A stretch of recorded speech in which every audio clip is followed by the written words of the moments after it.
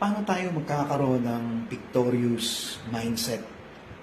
Una, gawin natin ay always leave the past behind.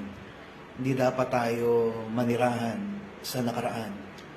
At saka i-release natin yung pananampalataya natin ngayon sa Diyos hanggang sa kinabukasan. Tandaan mo, yung nakaraan, yung yesterday, history yan.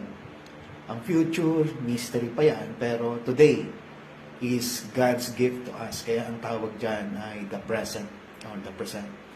Pangalawa, ay always live to give. Kailangan hindi ka madamot.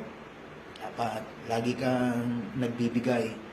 Naalala ko yung mga monkeys, no? Para sila ay mahuli, nilalagay yung saging sa drum at ito'y tinatakpan at lalagyan ng butas doon sa itaas na kasya lang ang kamay ng mga monkeys. At kapag yung monkeys pumunta na doon at nilagay nila yung kamay at nakuha na yung saging, hindi na nila bibitawan yung saging. Napaka-greedy nila. Kaya always live to give para magkaroon ka ng victorious mindset. Pangatlo, always overflow in hope. Lagi ka dapat mag-umapaw sa pag-asa na binibigay ng Diyos.